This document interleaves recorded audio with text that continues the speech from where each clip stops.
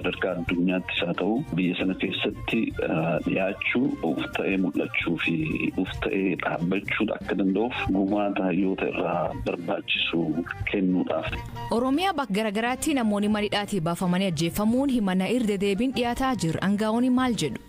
Faatti heer mootummaa ragaasifachuun hojii jalqabe hundeeffama naannichaa jalqabirra kaasee hordofaa akka turee fi hojii gaggeessan wajjir piroojeektii murtoo uummata kan ta'an miti quba diruu afaan hojii naannoo haaraa kan dabalatee haala hundeeffama isaa akka naannootti hima.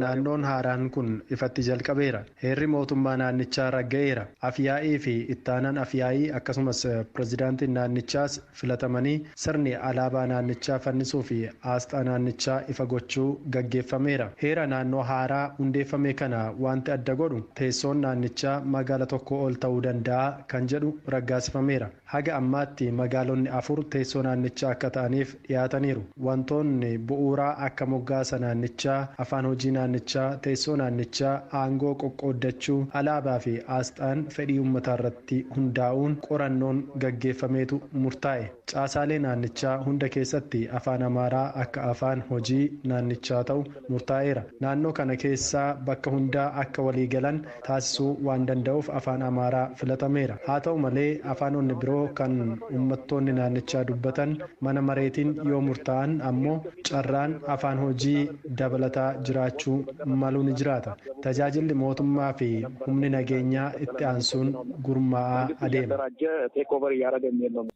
Naannoon uummattoota kibbaa godinaalee 5 walitti makuun kan hundeeffame yoo ta'u godinaalee Oomoo Lixaa, Beenchi Shakkoo, Kafaa, Dawuroo fi Shakkaa akkasumas aanaa addaa Koontaa keessatti argamu.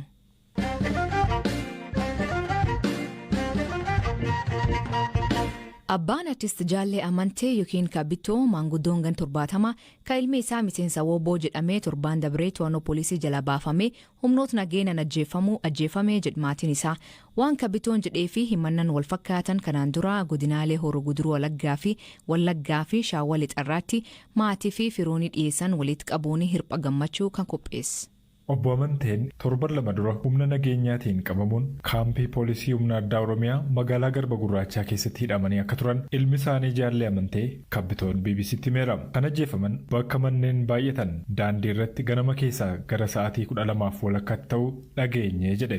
Torban 2 dura mucaan wamuudhaa bosona jira jedhamee sababa mucaa isaatiin hidhamee ture torban 2 irra sanboota mana hidhaa tursiisanii deeggardakamanii hidhaa keessaa baasanii karaa irratti ajjeesanii sa'aatii dheeraadhaaf akkas gara sa'aatii 5 akka reeffi hin taane dorganii nama guddaadhaa kan reeffa isaa xiqqaasee jedhanii gaafa deeman isaan sa'aatii wayiitti fidamanii jedhame namni jaarsummaa deemanii gaafachuu dandeenye awwaala isaarraan gaafachuu dandeenye waaqan beeka guyyaa tokko namuma kana godhe kan harka isaan nama. Jaalleen sababa obboleessa isaanii kanaan hundi isaanii qaama nageenyaan akka barbaadaman himee sirna awwaalchaa irrattis akka hin hirmaanne dubbateera. Obboleessi isaanii waraana bilisummaa Oromoo kan mootummaan Itiyoophiyaa shororkeessummaan farrajetti kan makame waggaa 2 dura ta'uu hima.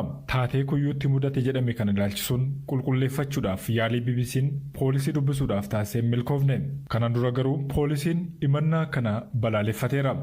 Kanaan dura Komishinii Mirga Namoomaa Itiyoophiyaa tarkaanfiin seera kabachiisuu Oromiyaa keessaa karaa seera hordofeen ta'uu qabaa jechuun qeeqaa tureera. Himannaa mana hidhaatii baafamanii ajjeefamanii jedhu kana duraan godina Horroo Guduruu Wallaggaa, Shawaa Lixaa fi kaanittis dhagahamaa ture. Baatii muraasa dura maanguddoon obbo Moosisaa Lammaa jedhaman magaala Finfinnee naannoo Atoobistiraa jedhamee beekamutti qabamuun hidhamanii gara Abuna Gindabaratti geeffamuun akka ajjeefaman maatiin ni himu. Himanna namoonni to'annaa seera jala jiranii baafamanii ajjeefaman jedhu kan irra deebiin dhaga'am kun dhugaa miti jedhu dubbii himaan paartii badhaadhina Oromiyaa.